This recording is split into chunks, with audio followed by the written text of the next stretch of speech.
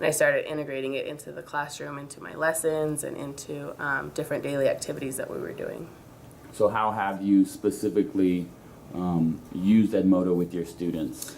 With my students, I use it multiple ways. I create discussion questions where the students will respond to my main topic, and then they'll respond to one another. So I require them to respond to one or two other posts, and then they interact with each other and they build off of one another to try and get a whole complete discussion question.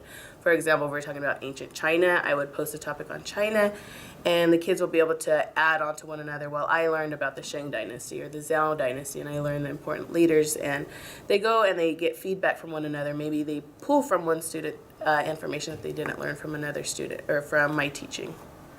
I love that with Edmodo, it's immediate access. I can post, don't forget we have a quiz tomorrow, and then students see it immediately when they log on to Edmodo. And I love that students are able to collaborate with one another, not just in my classroom, but with other teachers' classrooms. And I love that I have immediate parent contact. I can also post only to parents to let them know well, we have a final coming up this week, or we have a quiz coming up this week, and then parents are able to see that and remind the students. I also love that you can post quizzes on there, and so the students can take quizzes, and the questions will then be put into a spreadsheet, and it'll be scored already for me. All I have to do is carry it over to Zangle.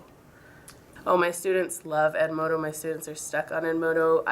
I just like it because they're collaborating no matter what. They don't realize that they're building off of one another, but they are so addicted to Edmodo. They're on there every day, and it shows me how often each student logs in. So it's important for those students who might not be logging in, so that I know I can go back and remind those students, hey, it's time to log on, or you need to participate in the class discussions. My students love to I post the PowerPoint notes ahead of time on Edmodo, and they love to get the notes so that they can write them down. When they come into class, we fill in the gaps with information that I add to the lecture, and they love that they have the notes ahead of time so that they're not sitting in class trying to hurry up and get all the notes complete and not really listening to my instruction. And then my students also love that they can be awarded badges for classroom behavior. They love that part.